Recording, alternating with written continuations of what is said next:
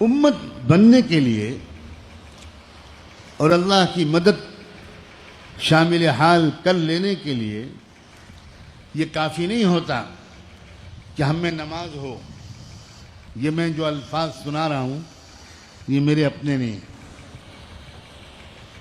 جو لوگ واقف ہیں ان کی سہولت کے لیے کہتا ہوں کہ یہ پورا جملہ جو میں اب بولنے جا رہا ہوں یہ حضرت جی مولانا یوسف صاحب رحمۃ اللہ علیہ کے آخری بیان کے جملے ہیں، جو ان کا آخری بیان زندگی میں ہوا ہے، جس میں ہی ان کو ہارٹ اٹیک ہوا اور اسی کے چند منٹ کے بعد ان کا انتقال ہوا.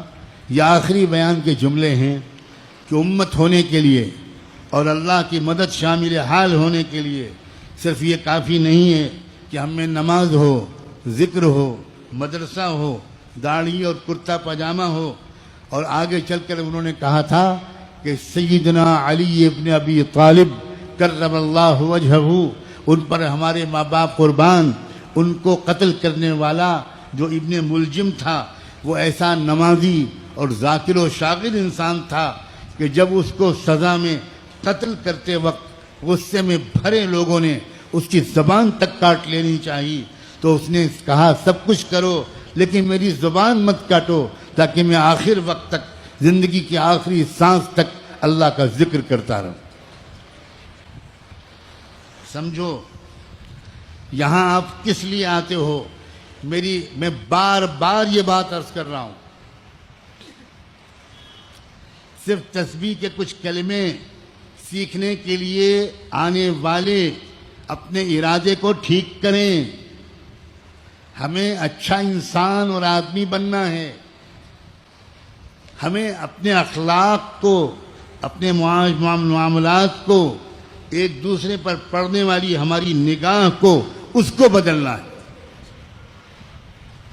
آج کی بڑی مصیبت یہ ہے کہ کرتا پہن لیا، پاجامہ پہن لیا، داڑھی رکھ لی، ٹوپی لگا لی اور ہم بڑے دیندار بن گئے.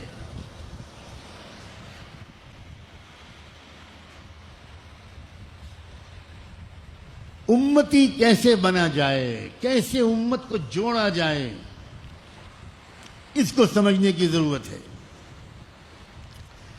یہ شخص جو ابن ملجم تھا، یہ میں اپنی طرف سے کہہ رہا ہوں، اضافہ کر رہا ہوں، جس نے امیر المومنین شیر خدا سیدنا علی ابن ابی طالب کرم اللہ وجہہ جیسی معرکۃ العرا اور مائے ناز شخصیت کا قتل کیا. یہ ابن ملجم جو اتنا پکا نمازی اور اتنا ذکر کرنے والا انسان تھا، مگر اس کے بارے میں اللہ کے رسول صلی اللہ علیہ وآلہ وسلم بہت پہلے فرما کے گئے تھے کہ علی کا قاتل میری امت کا سب سے زیادہ شقی اور بدبخت انسان ہوگا. کہاں گیا اس کا ذکر، کہاں گئی اس کی تسبیحات، کہاں گئی اس کی نمازیں.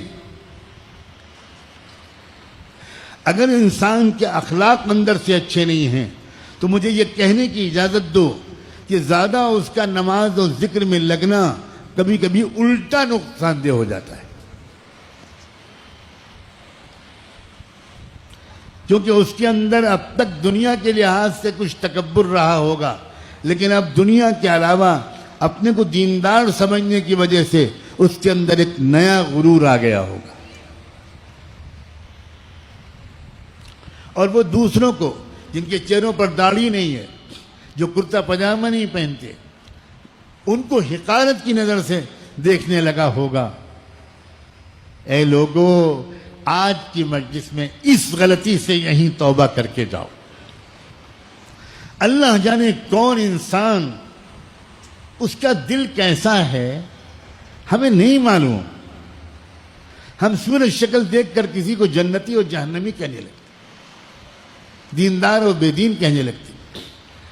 ابھی حال میں نیوزی لینڈ میں جو حادثہ ہوا اور جو ایک دہشت گرد نے جس طرح اندھا دھند گولیاں چلا کر 50 سے اوپر لوگوں کو شہید کر دیا، اللہ اکبر. ان میں سے ایک شہید کی بیوی شہید اور اس کا بیٹا دونوں شہید ہوئے، ایک باپ بیٹے دونوں شہید ہوئے. اس کی بیوی کو جب نیوزی لینڈ کی ٹی وی کے چینل والوں نے انٹرویو لینا شروع کیا، اللہ اکبر، اس عورت نے، اس غمزدہ عورت نے جس کی زندگی تاریک ہو گئی، شوہر بھی شہید، بیٹا بھی شہید، اس نے اس انٹرویو لینے والی عورت سے یہ کہا کہ میرا دل غمگین بہت ہے لیکن میرے دل میں بہت سکون ہے. تو اس عورت نے حیرت سے پوچھا کہ کیسے سکون ہے؟ You have lost your husband and you last your son. اب کوئی ہے ہی نہیں آپ کی فیملی میں، تو آپ کہہ رہی. اس نے کہا مجھے سکون اس وجہ سے ہے کہ جو ہوا میرے رب کی مرضی سے ہوا. اور اس نے سر جھکاتے ہوئے کہا آئی بو مائی ہیڈ، میں اپنا سر جھکاتی ہوں، میں اپنے رب کی مرضی پر راضی ہوں. اللہ اکبر. ٹیلی ویژن کا انٹرویو لینے والی عورت اپنے آنسوؤں کو قابو میں نہیں رکھ سکی، رونے لگی. کرسچن عورت، انگریز عورت، وہ رونے لگی. اس نے کہا اٹس اے میریکل، یہ معجزہ میں کیا سن رہی ہوں، اب کیا کہہ رہی ہو؟ آگے وہ سوال ہی کرنے سے عاجز ہو گئی وہ انٹرویو لینے والی عورت. اور پھر اس نے اب دوسرا سوال اپنے کو سنبھال کر کیا، how do you feel about that person, about that terrorist, وہ جو جس انسان نے اتنی گولیاں چلا کر سب کو مار ڈالا، اب اس کے بارے میں تمہارے دل میں کیا ہے؟ کیا جواب دیا اس عورت؟ اس عورت نے کہا I am very sad about ہم، مجھے بہت دکھ اور غم ہے.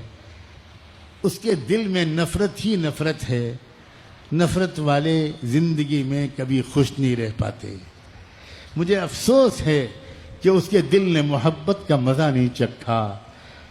ہمارے دلوں میں محبت ہے، اس لیے محبت کی وجہ سے ہم ہمیشہ خوش رہتے ہیں، اور اس وقت بھی اللہ کا شکر ہے کہ ہم مطمئن ہیں. وہ عورت کیمرہ چھوڑا، اس نے وہ مائک جو لیے ہوئی تھی مائک چھوڑا اس نے، اور لپٹ گئی اس عورت سے، کس کرنے لگی، اس کو چمٹ گئی. یعنی وہ بھول گئی کہ میں انٹرویو لینے آئی ہوں. اور سارا منظر کیمرہ مین لیتا رہا. میں نے فون کے وہاں سے رابطے قائم کیے تو پتا چلا کہ اس کے بیورو میں یہ مشورہ ہوا کہ یہ سارا منظر دکھایا جائے کہ نہ دکھایا جائے، خالی جواب سنا دیا جائے. یہ منظر کہ انٹرویو لینے والی چمٹ رہی ہے، انٹرویو لینے والی بھول گئی کہ میں جرنلسٹ ہوں. وہ کس کر رہی ہے، پیار کر رہی ہے، چمٹ رہی ہے، رو رہی ہے. یہ دکھایا جائے منظر کہ نہ دکھایا جائے. چیف ایڈیٹر کی بات پہنچی. اس نے کہا کہ اس کو 48 گھنٹے مسلسل چلایا جائے، بار بار یہ منظر دکھایا جائے. اب بتاؤ وہ عورت، کیا اس نے 4 چلے لگائے تھے؟ کیا وہ خانقاہ کی نقشبندی اور چشتی اور قادری اور سہروردی سلسلے کی عورت تھی؟ لوگوں، کسی کو حقیر مت سمجھو. تمہیں نہیں معلوم کہ تم جس کو حقارت سے بے دین سمجھ رہے ہو وہ اللہ کی نظر میں اس کا ولی ہو سکتا ہے. بالکل.